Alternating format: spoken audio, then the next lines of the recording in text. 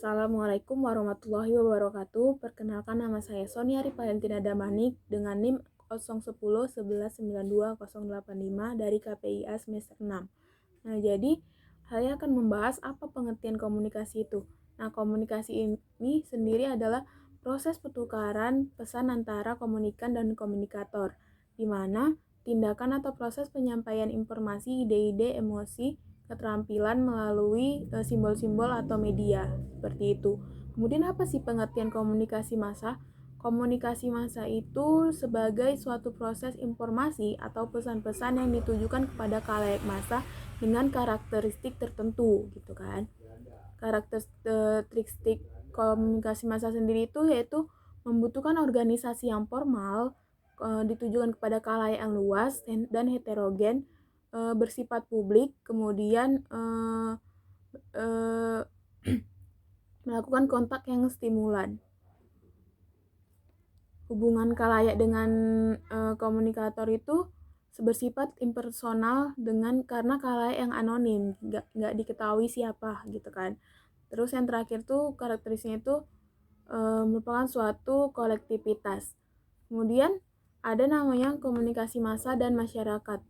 Dengan media, orang bisa menyebarkan sesuatu. Melalui media, orang melakukan pengendalian atau kontrol terhadap suatu kegiatan atau perkembangan.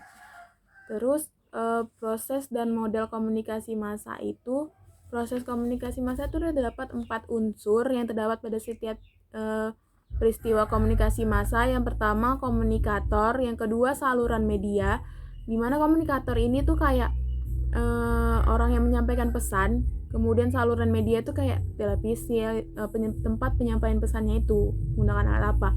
Kemudian yang ketiga itu ada pesan. Yang keempat tuh khalayak itu komunikannya, penerima pesannya gitu. Terus ada suatu model komunikasi massa. Proses komunikasi massa dipandang dari 3 cara, yaitu 1 dari sudut pandang media. Proses ini merupakan pemilihan komunikator dan pesan-pesan dengan suatu tujuan untuk memenuhi kebutuhan komunikasi dari khalayak atau publik tertentu. Kemudian yang kedua, dari sudut calon komunikator, masalah mendapatkan akses kepada sarana transisi agar menjangkau suatu khalayak tersebut. Yang ketiga, dari sudut pandang khalayak, masalah memilih apa yang berguna dari pesan-pesan yang tersedia. Nah, jadi dari sisi khalayak sendiri, kita bisa memilih pesan-pesan yang tersedia gitu. Kita bisa menyaring pesan-pesan dari media massa untuk kita nikmati gitu. Kayak informasi ini benar atau enggak itu urusan kita gitu, kita yang menerimanya, seperti itu. Terus kemudian ada implikasi sosial komunikasi massa, di mana yang pertama itu bagi masyarakatnya apa implikasinya, yaitu media massa menumbuhkan atau membuka jalan bagi suatu rangkaian aktivitas baru yang berkaitan dengan manipulasi simbol-simbol. Nah, jadi media massa ini tuh berdampak untuk riset, terus kemudian penelitian, periklanan, polling opini publik dan sebagainya. Kemudian media massa juga menyediakan basis bersama dalam hal berita dan informasi yang memungkinkan polling opini menjadi aktivitas yang signifikan. Seperti yang kita ketahui, akhir-akhir ini tuh kayak lagi boomingnya mau dibuat pemilu tahun 2004 tuh bakal jadi atau enggak, katanya ada yang mau tunda gitu kan. Jadi kayak dibuatlah polling, banyak yang setuju atau tidaknya bahwasannya pemilu 2024 ditunda gitu kan. Kemudian ada media massa itu mempunyai status dan otoritas. Jadi kalau media massa ini tuh udah pasti gitu didengar masyarakat. Kenapa? Karena dia punya statusnya itu media massa, media dari mulutnya pemerintah gitu. Jadi tangan kanannya pemerintah dalam menyampaikan pesan kepada masyarakatnya, seperti itu. Kemudian media massa itu cenderung membentuk suatu wilayah institusional sendiri dengan struktur otoritas. Kemudian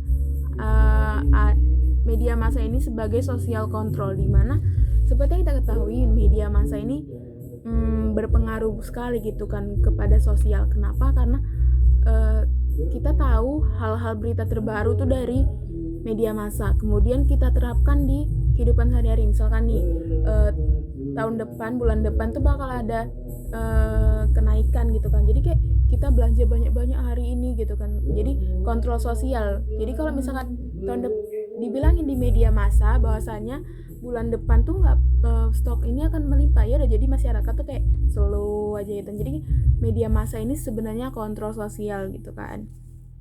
Kemudian yang kedua itu ada bagi khalayak individual, di mana implikasi media massa bagi khalayak individual itu yaitu misalkan nih berita luar negeri ini kayak lebih menjual gitu kan, kayak misalkan kita tuh lebih menyimak berita yang dari luar negeri gitu, kayak seru ya di luar negeri kayak gini gitu kan.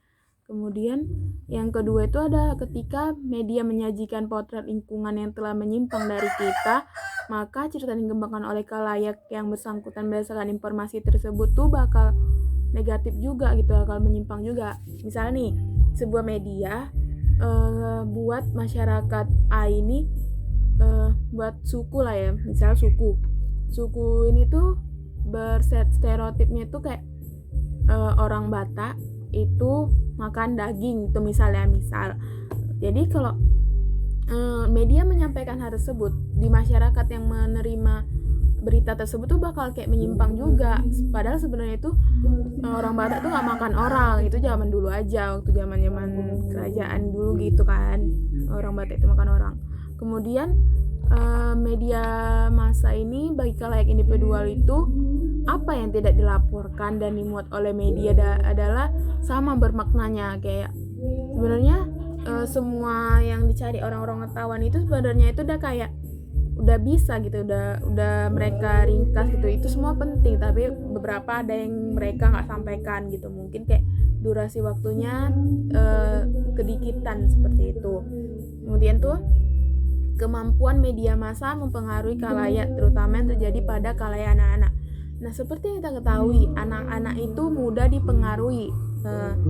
Salah satunya itu kayak gini.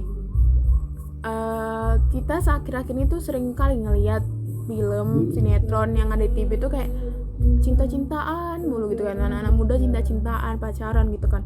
Jadi tuh bakalan diikuti sama anak-anak yang nonton tersebut. Jadi kayak media massa itu bisa mempengaruhi khalayaknya, terutama anak-anak. Jadi orang tua tuh sering banget kita dengar awasi anak-anak kita saat nonton TV gitu kan, karena mereka tuh mudah terpengaruh seperti itu. Kemudian fungsi informasi bagi seorang individu itu apa sih? Banyak sebenarnya fungsinya, tapi satu saya mau sampaikan bahwasannya informasi sebagai individual itu untuk mengubah ketidakpastian. Kenapa? Karena kita ketahui banyak kali berita dan informasi yang nyampai sama kita, tapi kayak kita nggak tahu kan itu berita atau benar atau enggak. Jadi kayak gini, dari media massa televisi kita dapat berita bahwasannya harga Pertamax bakal naik gitu kan, kemudian kita cari lagi berita-berita yang lain dari media massa yang lain kayak radio, koran, majalah, kita cari lagi, rupanya sama beritanya kayak di televisi bahwasanya Pertamax bakal naik. Nah, jadi media massa ini informasi itu bagi seorang individu itu berfungsi itu untuk mengurangi ketidakpastian. Jadi kita nggak ragu-ragu lagi bahwasannya itu benar atau enggak gitu kan. Kemudian terakhir nih, ada komunikasi massa dan seorang individu. Nah, jadi di antara karakteristik komunikasi massa yang membedakannya dengan komunikasi antar pribadi itu apa? Itu yang pertama tuh ada perbedaan mendasar dalam hal partisipan, di mana kalau komunikasi massa partisipannya itu kan heterogen, anonim gitu kan, nggak jelas siapa dia, tinggalnya di mana, nggak jelas. Tapi kalau dia komunikasi antar pribadi, antar individu itu dia jelas siapa aja, jelas siapa komunikatornya, komunikannya itu jelas siapa gitu kan. Kemudian perbedaan kedua itu komunikasi massa dan komunikasi antar pribadi itu adanya interposisi dari jenis tertentu suatu teknologi yang kompleks, di mana kalau komunikasi massa itu menggunakan media massa, menggunakan media teknologi ya kan, kayak televisi, radio, handphone gitu kan.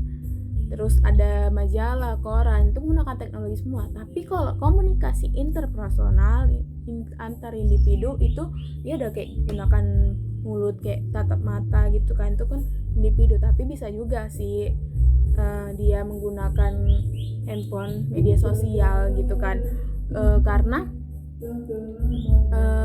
bisa juga kita chat pribadi gitu kan, antar pribadi seperti itu. Jadi saya kira ini saja yang bisa dapat saya sampaikan di komunikasi massa dan masyarakat. Lebih kurangnya saya mohon maaf. Sampai jumpa. Terima kasih.